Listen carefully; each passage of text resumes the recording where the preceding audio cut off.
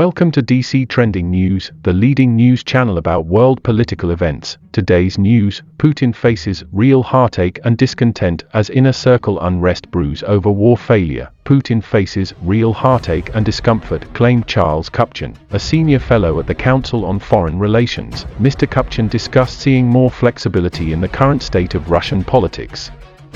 The senior fellow at the Council on Foreign Relations claimed that there hadn't been this much flexibility in Russian politics since the end of the Cold War.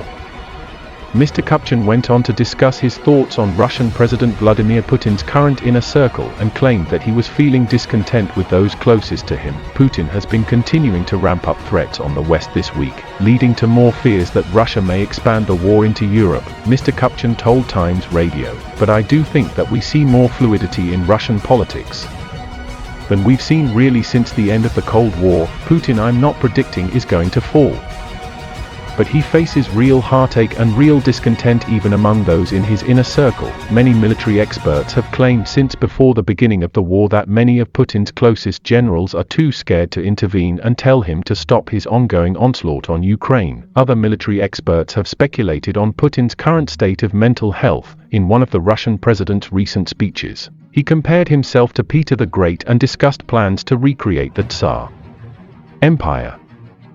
The Tsar Empire was made up of neighboring Baltic states. His message has furthermore added to speculation that he may want to start a bigger war with Europe in order to fulfill his fantasy. Other military experts have been speculating on his overall health.